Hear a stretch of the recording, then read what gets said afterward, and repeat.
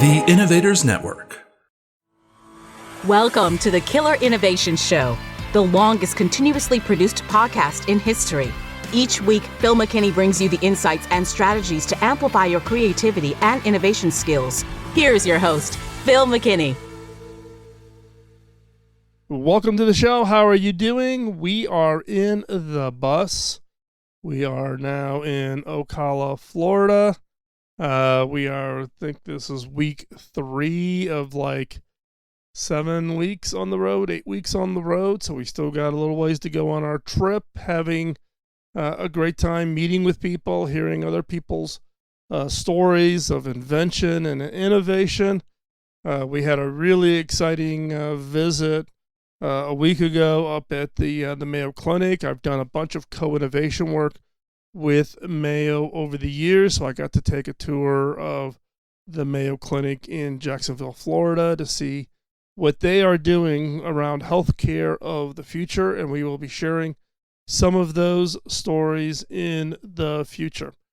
Today's show is one that I've been wanting to do for quite some time, and I've been collecting my list that makes up today's show. The list that I'm sharing are the 10 inventions that I would uninvent.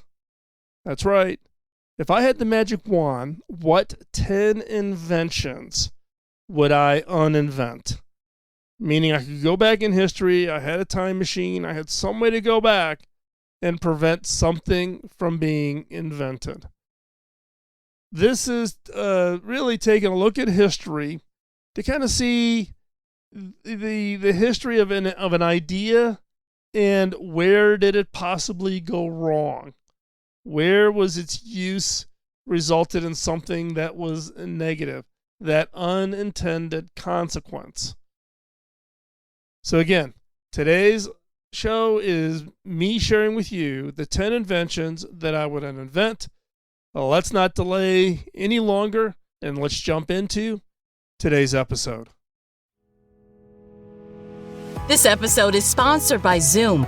With Zoom, you can streamline your communication, collaboration, and creativity all in one place. Zoom is the market-leading platform that provides video meetings, voice, webinars, and chat across desktops, phones, tablets, and conference room systems. To learn more about Zoom and sign up for your free account, visit killerinnovations.com/Zoom.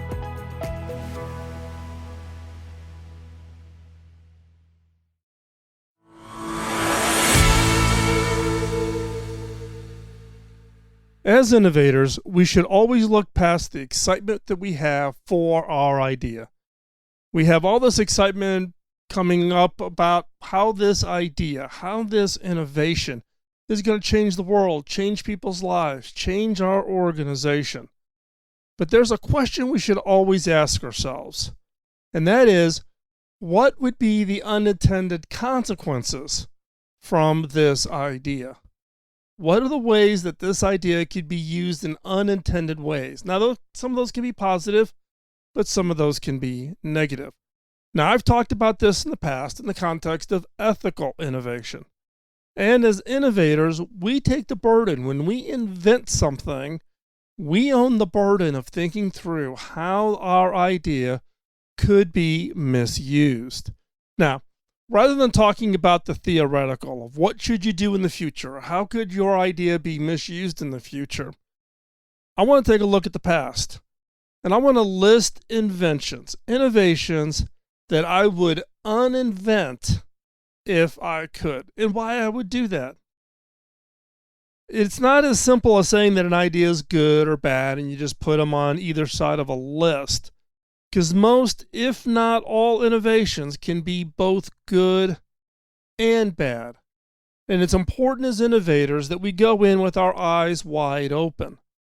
And be one way to help us think about our own inventions, our own innovations that we're working on now, is to look to the past. Look to what happened historically.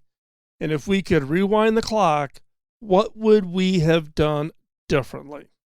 So, let's hop in. Now, these are not in any kind of ranked prioritized order. These are just the list of inventions that if I had the magic wand, that I would uninvent.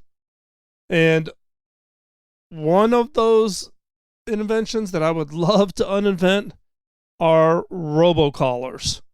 So these are those callers that are trying to sell you maintenance contracts on your automobiles, telemarketing campaigns, selling you resort timeshares, and all of those things, right? Robocallers have become the real problem. And in fact, at our office, where our employees are getting anywhere from 8 to 10 to 12 calls a day from robocallers. Now, robocalling is the result of innovation. Telephone systems going all digital, voice over IP, which allows for computers to generate calls, is what opened up the door for the invention of robocalling. Now, the inventors of voice over IP did not think about the fact that their voice over IP could be misused. Now you could write some software very easily on a PC or even on a computer or a server, and you could generate thousands and thousands, if not tens or hundreds of thousands of calls simultaneously and go annoy the heck out of everybody. Now, one of the ways that this was enabled is not just the invention of voice over IP, but the fact of regulators. Regulators were not able to keep up with this innovation. Could the innovators or could the regulators have kind of shut that down by making it illegal earlier and faster? You bet. However, one of the side effects is politicians love robocalling.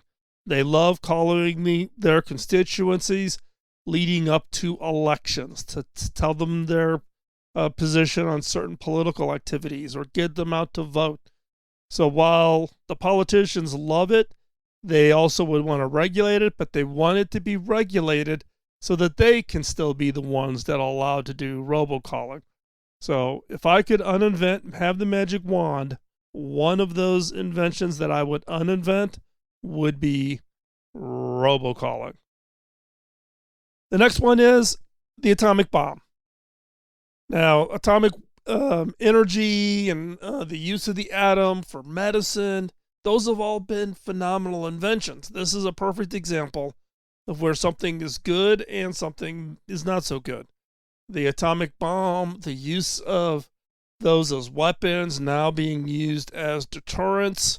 If I could have a magic wand, I would keep the use of atomic sciences for things like medicine and energy, but I would get rid of the atomic bomb. So, depending on where your opinion is on military use of innovation, you may have a different opinion, but if I could have the magic wand, I would get rid of the atomic bomb.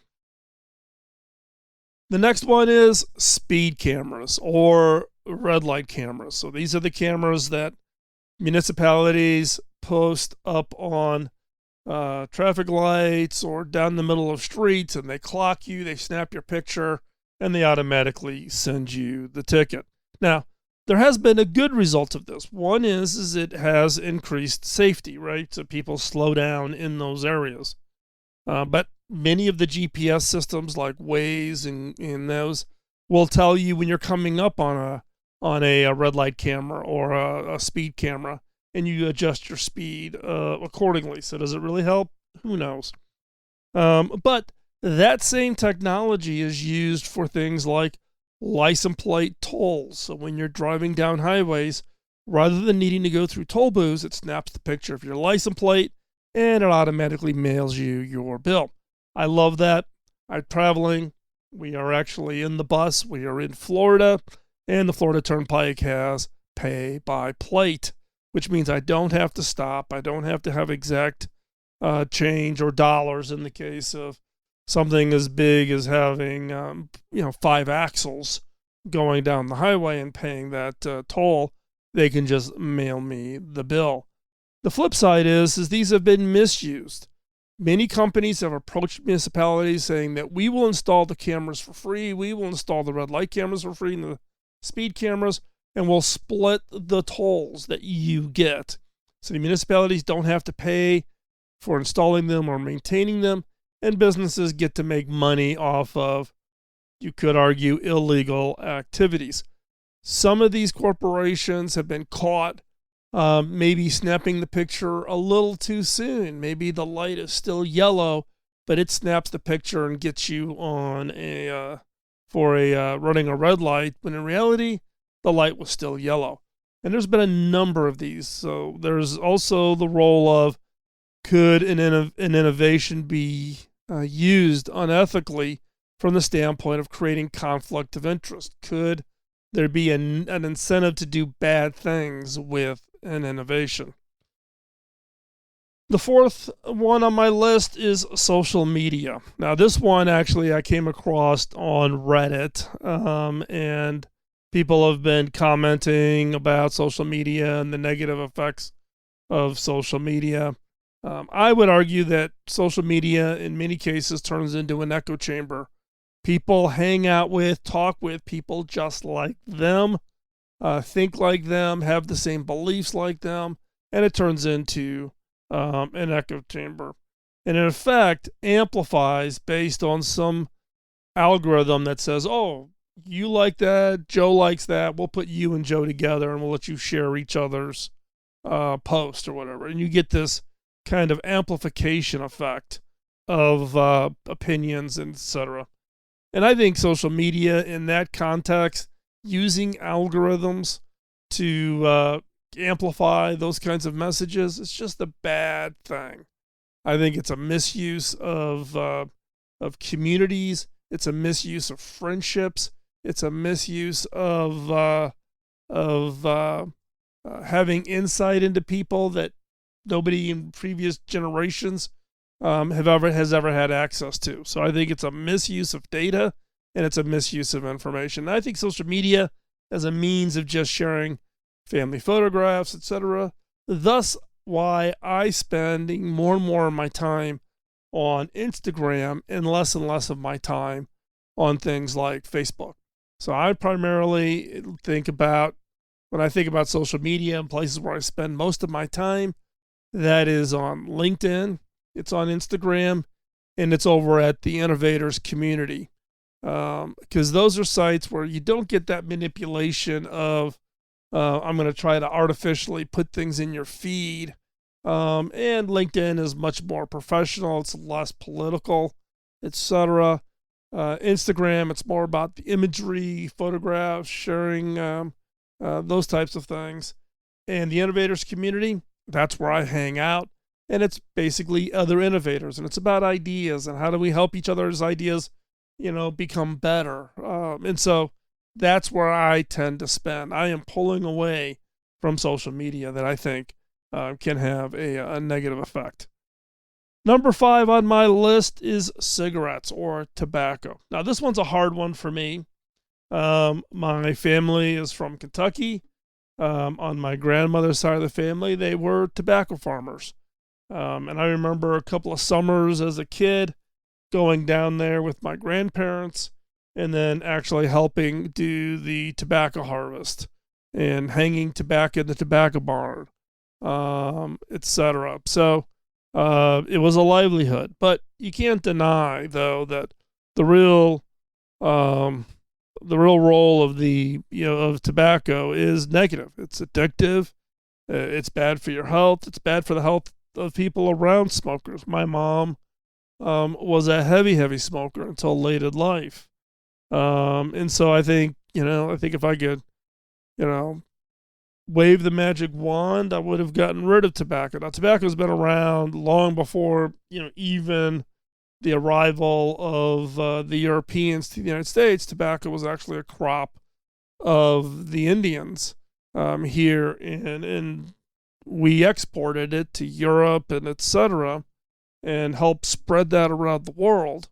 But I think you can't argue against the negative effect that tobacco and particularly cigarettes have had on people's health, lives, medical costs, longevity, all of those things. Number 6, biological or chemical weapons. I already talked about weaponry in the form of the A-bomb, but this is the inventions, particularly starting in pre-World War I with the invention of things like mustard gas. What is the use of mustard gas other than to harm and kill people? And now, because we've invented it, we've opened up Pandora's box on biological and chemical weapons. Now, countries work in this area primarily as a deterrent. Yes, there's all kinds of treaties that say nobody's going to do work in biologicals. I don't know. Call me a skeptic. I probably think that there's still work going on, or the countries that had them before still maintain, some form of small stockpiles to use just in case someone uses it against us first, type of a thing. So it becomes the deterrent approach, similar to what happens with the atomic bomb, right? It's I'm going to use these, I'm going to have them around just in case, so that person on the other side knows that if they send something against us, we can retaliate just as harshly or worse. So biological, chemical weapons. But again, I think that Pandora's box has been opened. But we live with what we have. The next one is plastic. Now, I'm not negative on plastic, and I think plastic actually has had a lot of positive effects, including in areas of medicine. The certain devices that actually even get inserted into the body now have a dependency on some form of plastic elements to the delivery of healthcare. And so I think there are good things. Now, the early versions of plastic that never degraded, never decomposed, I think are problems. Now, this is a good example, though, of where something was invented, there was an unintended consequence, and then that actually encouraged innovators to go solve that problem. So to go solve the unintended consequence problem in the form of plastic, are there other things that can be invented that could serve the same purpose as plastic, but that are biodegradable? So plastic bags and sandwich wraps and things that seal food. Now, I've shared on the show before with you in the past about our work in Rwanda.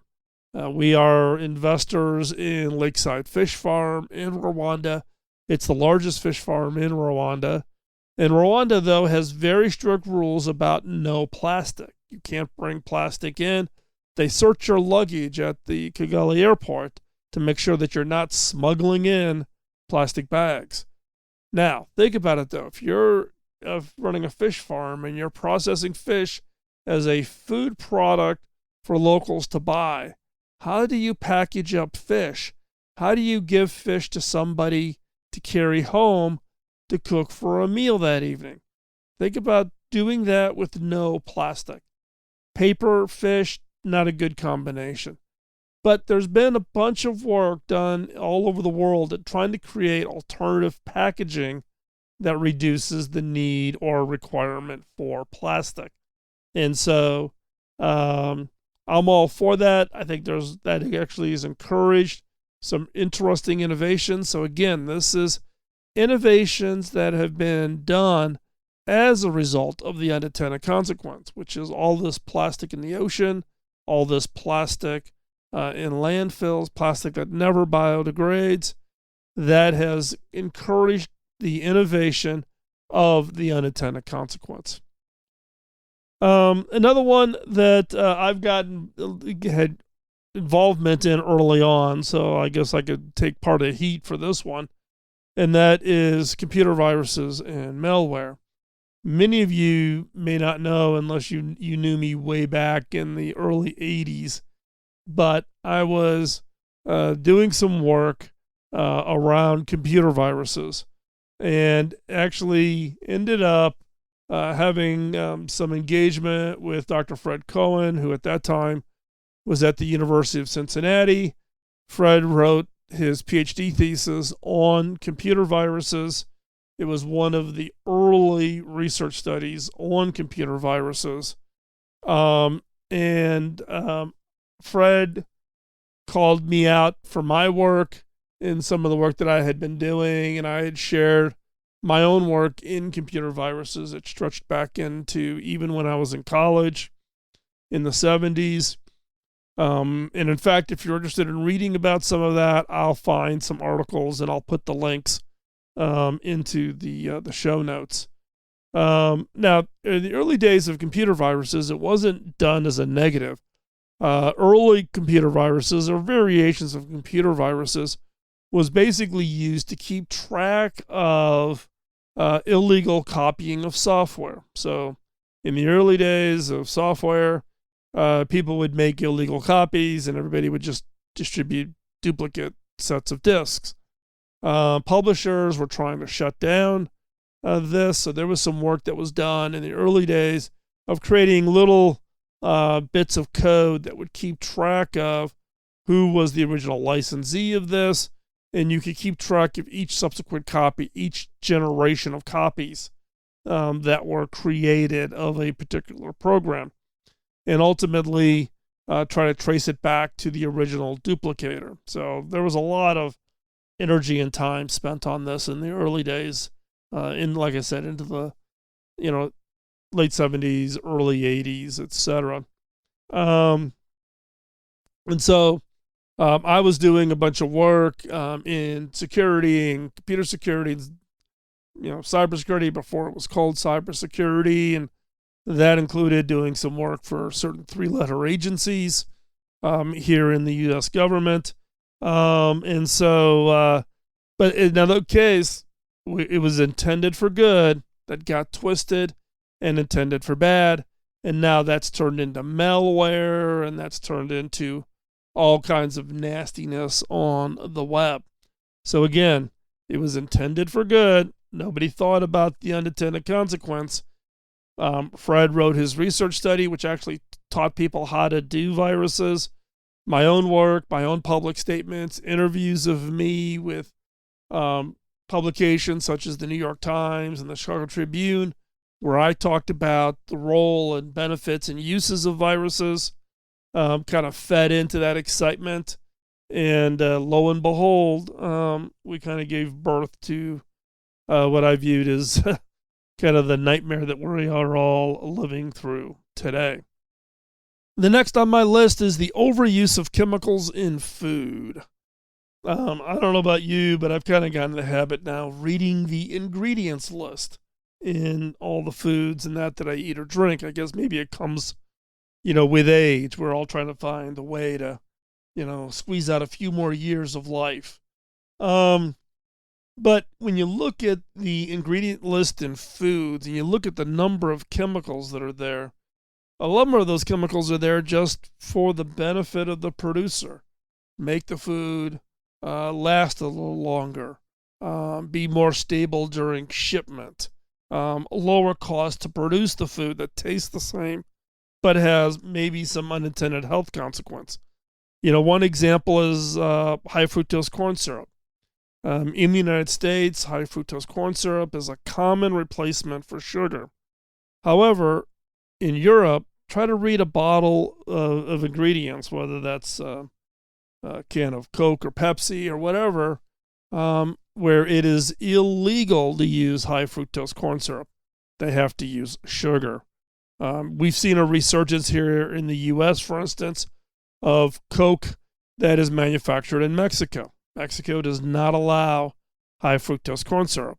So there are people who will scour to buy Coke from Mexico that has real sugar in it in order not to consume high fructose corn syrup. And the same in other drinks. And in fact, Pepsi now has come back out with a product called Real Sugar Pepsi that does not have high fructose corn syrup. So I think, the invention and the use of chemistry, which all has a positive intent, has the unintended consequence of businesses, companies finding a way to use chemistry to reduce their cost, to increase their profits in the form of making food last longer, have longer shelf life, those kinds of things. But they have an unintended consequence. In some cases, it's health related for people. So I think if I could wave a magic wand, I would say chemistry good. The use of chemistry as food byproducts or for that have this unintended consequence of negative health impact, I would say no, can't do that. So again, if I can uninvent a portion of that, I would. And so those are the 9 items. Now, I said at the beginning I was going to talk about 10 items, 10 things that I would uninvent. So what's number 10? You don't get off the hook. I'm looking for you to contribute. What is number 10? I've given you 9. What is number 10? What do you think should be number 10? What one item, one invention, one innovation you would uninvent if you had the magic wand and could make that happen? And add that to the comments for today's show. So again, you're on the hook. I've given you 9. You need to contribute number 10. What is number 10? What invention would you uninvent and add it to the comments?